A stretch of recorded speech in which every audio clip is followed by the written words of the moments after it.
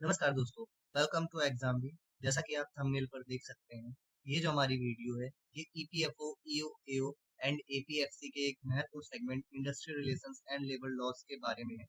इससे पहले मैं 4 वीडियोस और भी डिस्कस कर चुका हूं, जिसमें कुछ महत्वपूर्ण एक्ट के बारे में मैंने समझाया है। आज का ये वीडियो हमारा एक इंडस्ट्रियल रिलेशंस के एक बहुत ही important act, industrial dispute act 1947 से संबंधित है। तो चलिए हम स्टार्ट करते हैं। वेलकम टू एग्जाम भी। मैं हूं रवि और आज हम इंडस्ट्रियल डिस्प्यूट एक्ट 1947 को डिस्कस करेंगे। जैसा कि आप देख सकते हैं कि 1947 ये जो एक्ट है ये आजादी के टाइम पर आया था। इसी तरह का एक एक्ट 30s यानी 1930s के टाइम पर भी आया था, जो कि अपने जो उद्देश्य थे, एम्स एंड ऑब्जेक्टिव्स थे, उसको फुलफिल करने में असमर्थ रहा, जिसके चलते ये वाला एक्ट लाया गया। तो इसको क्यों लाया गया है? हर एक्ट को लाने के पीछे कुछ कारण होते हैं। समझते हैं उन कारणों को। देखिए, आप देख सकते हैं कि ये एम्प्लॉयर्स है, या जो भी आप दोनों पार्टी को समझ लीजिए, एम्प्लॉय एम्प्लॉयर्स या एम्प्लॉयर्स एम्प्लॉयर्स या वर्कमैन वर्कमैन, ये आपस में किसी बात को लेकर झगड़ रहे हैं, जिससे टेंशन का माहौल क्रिएट हो रहा है। तो इन्हीं कुछ मुद्दों को ध्यान में रखते हुए ये एक्ट लाया गया था। सबसे पहले तो उस समय ऐसा कोई भी एक्ट नहीं था जो रेगुलेट कर सके किन चीजों को, राइट को, protect the rights of the worker, resolve the dispute between the workers and the management. अब डिस्प्यूट की परिभाषा अलग है, यहाँ पर समरी में लिखा हुआ है। रेगुलेट करना है एम्प्लॉयर और एम्प्लॉय के रिलेशंस को। तो ये कुछ कारण थे जिनके चलते ये एक्ट लाया गया। सबसे बड़ी बात कि ये एक्ट न सिर्फ अधिकारों को, यानी जो राइट्स है, न सिर्फ राइट्स को डिस्कस करता है, बल्कि एम्प्लॉयर्स और एम्प्लॉयज के ऊपर जो ऑब्लिगेशंस हैं उनको भी डिस्कस करता है। आगे बढ़ते हैं। कुछ जनरल टर्म्स है जिन्हें हमें ध्यान रखना चाहिए, क्योंकि जैसा कि देखा गया है पिछले पेपरों में, जो एक्ट हैं उनके अंदर जो टर्म्स हैं अलग अलग, सीधे उनसे भी क्वेश्चन आया है। जैसे लास्ट ईयर की मैं बात करूँ तो कंट्रोल्ड इंडस्ट्री पर सीधे एक क्वेश्चन था। तो सबसे पहला टर्म है एप्रोप्रिएट गवर्नमेंट। एप्रोप्रिएट गवर्नमेंट, देखिए एप्रोप्रिएट का मतलब होता है समुचित सरकार। अब समुचित सरकार किसे बोला जाएगा? तो यहाँ पर मैं एक उदाहरण के माध्यम से आपको समझाता हूँ। ठीक है, मान लीजिए कोई इंडस्ट्री किसी एक स्टेट के अंदर वर्क करती है। वो मान लीजिए वो इंडस्ट्री शू बनाने की इंडस्ट्री, शूज बनाती है वो इंडस्ट्री। अब वो जो इंडस्ट्री है, अगर शूज सेंट्रल लिस्ट में ना आकर स्टेट लिस्ट में आता है, और साथ ही स्टेट लिस्ट में आता है, और वो जो इंडस्ट्री है वो सिर्फ किसी एक स्टेट के अंदर ही वर्क कर रही है, मान लीजिए वो उत्तर प्रदेश में वर्क कर रही है, उत्तर प्रदेश के बाहर उसकी कोई भी यूनिट नहीं है, तो ऐसे में जो एप्रोप्रिएट गवर्नमेंट हो जाएगी वो एप्रोप्रिएट गवर्नमेंट होगी, यूपी गवर्नमेंट। लेकिन अगर कोई शू बनाने की ही कंपनी, लेकिन वो 2 से ज्यादा राज्यों में कार्य कर रही है, मान लीजिए उसकी एक यूनिट उड़ीसा में है, एक तमिलनाडु में है, एक जम्मू कश्मीर में है और एक उत्तर प्रदेश में, तो ऐसे में भले ही शूज जो है वो मान लीजिए स्टेट गवर्नमेंट की लिस्ट में आता है, स्टेट लिस्ट में आता है, इसके बावजूद भी वहां पर एप्रोप्रिएट गवर्नमेंट जो हो जाएगी वो कौन हो जाएगी? सेंट्रल गवर्नमेंट हो जाएगी। ठीक है, तो ये थोड़ा सा ध्यान रखने वाली बात है, इससे ज्यादा इसमें नहीं पूछाएगा, मतलब दोनों गवर्नमेंट हो सकती है अप्रोप्रिएट गवर्नमेंट।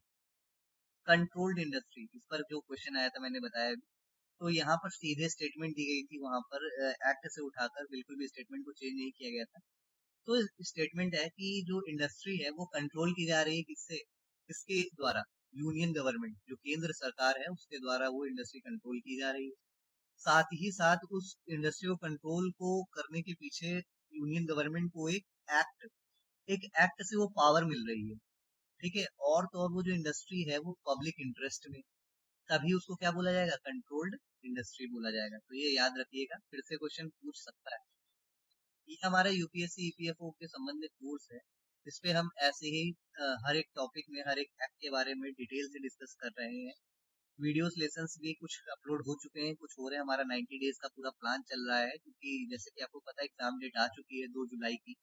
तो उससे पहले हमारा पूरा 90 डेज का प्लान है, जिसमें हम study notes, video classes, 20 mock test and 4000 से ज्यादा सेक्शन टेस्ट के अंदर क्वेश्चंस को प्रोवाइड कर रहे हैं, जिसमें आप इनरोल करिए और बेहतर अपनी तैयारी को बेहतर कर सकते हैं।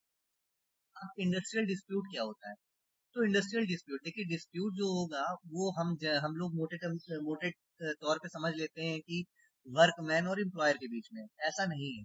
इंडस्ट्रियल डिस्प्यूट एक एम्प्लॉयर और एम्प्लॉयर के बीच में भी हो सकता है, ठीक है, ये देखिए यहाँ लिखा भी है एम्प्लॉयर्स एंड एम्प्लॉयर्स। मान लीजिए एक इंडस्ट्री का एम्प्लॉयर दूसरे इंडस्ट्री के एम्प्लॉयर से कॉम्पीट करने के चक्कर में किसी तरह से डिस्प्यूट बना दिया, तो वो भी इंडस्ट्रियल डिस्प्यूट काउंट होगा। एम्प्लॉयर और वर्कमैन, एक ही इंडस्ट्री के अंदर एक एम्प्लॉयर जो है उसके वर्कमैन और उसके बीच में झगड़ा हो गया, ये भी इंडस्ट्रियल डिस्प्यूट। एक ही इंडस्ट्री के वर्कमैन के अंदर झगड़ा हो गया, पुरानी पिक्चरों में आपने देखा भी होगा ऐसा होता रहता है।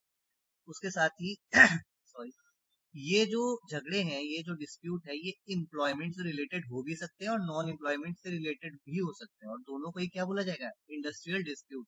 तो यूपीएससी ऐसे ही जो परिभाषाएं होती है उनमें ट्रिक करने की कोशिश करता है, तो आप ध्यान रखिएगा। आगे बढ़ते हैं, how to settle industrial dispute. अब इंडस्ट्रियल डिस्प्यूट एक्ट है, उसका सबसे इम्पोर्टेंट जो सेगमेंट है वो यही है कि वो ये समझाता है कि इंडस्ट्रियल डिस्प्यूट है उसे कैसे हम सेटल कर सकते हैं। तो यहाँ पर वो कुछ तरीके बताता है, जैसे कलेक्टिव बार्गेनिंग, ये सबसे इफिशियंट तरीका होता है। उसके बाद आर्बिट्रेशन है, कंसिलिएशन है, एडजुडिकेशन है और ग्रीवेंस सेटलमेंट अथॉरिटी भी है।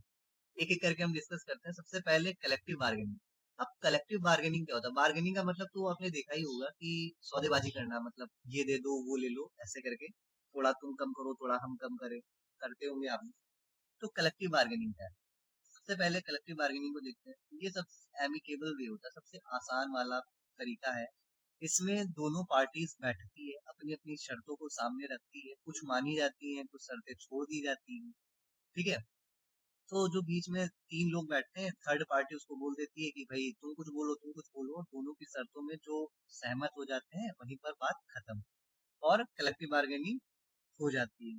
तो इसमें दोनों पार्टीज होती हैं वो विन विन सिचुएशन में रहती है, और बहुत ही अच्छे से डिस्प्यूट निपट जाता है। तो जो सुप्रीम कोर्ट का एक फेमस जजमेंट आया था, करोल लेदर कर्मचारी संगठन वर्सेस लिबर्टी फुटवियर के मामले में, उन्होंने बोला था collective bargaining is the process to resolve dispute between employees and employers in an amicable manner. तो यहाँ पर आपको ये याद रखना है कि किस केस में ऐसा सुप्रीम कोर्ट ने कहा था।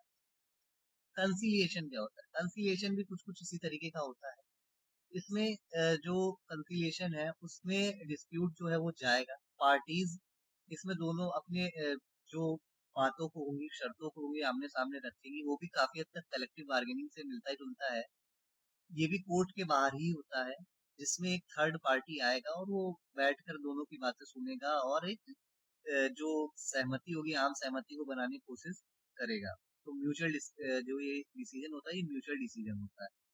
उसके बाद वॉलेंट्री आर्बिट्रेशन। ये क्या होता है? आर्बिट्रेशन मतलब होता है मध्यस्थता। अब दो लोगों का झगड़ा हो गया, मान लीजिए पार्टी ए और पार्टी बी का झगड़ा हो गया, तो अब ये दोनों मिलकर अगर आपस में एक दूसरे से कहेंगे कि चलो सहमति कर बनाते हैं, तो सहमति नहीं बन पाएगी, क्योंकि दोनों ही अपनी शर्तों में कुछ कम करने को तैयार नहीं होंगे। तो वो क्या करेंगे, एक थर्ड पार्टी को लेके आएंगे, और थर्ड पार्टी जब आएगा तो वो कहेगा कि चलो ठीक है, अपनी अपनी बातें बताओ। दोनों लोग अपनी अपनी बातें बताएंगे, फिर जो सही बात होगी थर्ड पार्टी उसे बोल देगा कि भैया यही है आपका फाइनल जजमेंट, मेरा फाइनल जजमेंट यही है, और चूंकि आप ही दोनों ने मुझे चुना है तो आप दोनों को मेरी ये बात माननी पड़ेगी। तो जो वॉलेंट्री आर्बिट्रेशन होता है, इसमें जो जजमेंट आता है उसको हम अवॉर्ड कहते हैं, और ये जो होता है ये बाइंडिंग होता है दोनों पार्टीज पर। बस ये यहाँ पर आप बात ध्यान रखिएगा। एक केस था workman of cement industry versus union of India 1987, जिसमें बोला गया कि जो voluntary arbitration is the mechanism to settle industrial dispute which minimizes industrial strikes and utilizes the workers for the development of the economy of the country। ठीक है, तो याद रखिएगा ये। एडजुडिकेशन, एडजुडिकेशन का मतलब होता है भाई न्याय निर्णय। अब न्याय निर्णय कौन करेगा? उसके लिए तो कोर्ट होगी, या ट्रिब्यूनल होगा, या नेशनल ट्रिब्यूनल होगा। तो इसमें सेक्शन 7 ए और सेक्शन 7 बी में इंडस्ट्रियल डिस्प्यूट को सॉल्व करने के तीन तरीके बताएंगे। तो लेबर कोर्ट, एक इंडस्ट्रियल जो ट्रिब्यूनल है, और एक लेबर ट्रिब्यूनल है। तो यहाँ पर मामला जाएगा और इनके मामले जो होंगे ये कोर्ट की जो प्रोसेस होती है उसके थ्रू सॉल्व किए जाएंगे, और ये बाध्यकारी होंगे। ठीक है, उसके बाद आता है ग्रीवेंस सेटलमेंट अथॉरिटी। अब ग्रीवेंस सेटलमेंट अथॉरिटी क्या है? ये वो चीज होती है, ये आप एक इंडस्ट्री है उसके अंदर अगर 50 से ज्यादा लोग कार्यरत हैं, more than 50 workers are employed within 12 month, last 12 month. ठीक है, अगर पिछले 12 महीनों में 50 से ज्यादा वर्कर्स किसी भी इंडस्ट्री में कार्यरत हैं तो वहाँ पर एक ग्रीवेंस सेटलमेंट अथॉरिटी को बनाया जाएगा। इसको कौन बनाएगा? इसको बनाएगा एम्प्लॉयर। ये बात याद रखनी है। इसको कौन बनाएगा? एम्प्लॉयर बनाएगा, ना कि स्टेट गवर्नमेंट या फिर सेंट्रल या अप्रोप्रिएट गवर्नमेंट। इसको बनाएगा एम्प्लॉयर। और 50 से ज्यादा लोग होने चाहिए। तो वहां पर एक ग्रीवेंस सेटलमेंट अथॉरिटी होगी। कोई भी दिक्कत होती है किसी भी वर्कमैन को तो वो इस ग्रीवेंस सेटलमेंट अथॉरिटी में जाएगा, अपनी बात को रखेगा और वो उस बात को एम्प्लॉयर के पास रखेंगे और फाइनली एक कंक्लूजन तक पहुंचा जाएगा। यहाँ जो ग्रीवेंस सेटलमेंट अथॉरिटी होती है इसमें दोनों तरफ से बराबर बराबर मेंबर होते हैं। मतलब कहने का ये है कि ट्रेड यूनियन या फिर वर्कर की तरफ से भी उतने ही लोग जाएंगे जितने एम्प्लॉयर की तरफ से इस अथॉरिटी में होंगे। तो फिलहाल ये था। ये हमारा आज का जो लेक्चर है वो यहीं खत्म होता है। एक हमारा वर्कशॉप है जो हमारे कोर्स के बारे में होने वाला है। ये 16 अप्रैल को होने वाला है, संडे रात 8 बजे। तो प्लीज इसको ज्वाइन कीजिएगा। इसका लिंक आपको डिस्क्रिप्शन में मिल जाएगा। तो यहीं पर हम अपनी क्लास को खत्म करते हैं। Thank you. और अगर वीडियो पसंद आई तो प्लीज लाइक कीजिएगा। चैनल पर सब्सक्राइब नहीं किया तो सब्सक्राइब कीजिएगा। मिलते हैं अगली वीडियो में, तब तक के लिए ऑल द बेस्ट।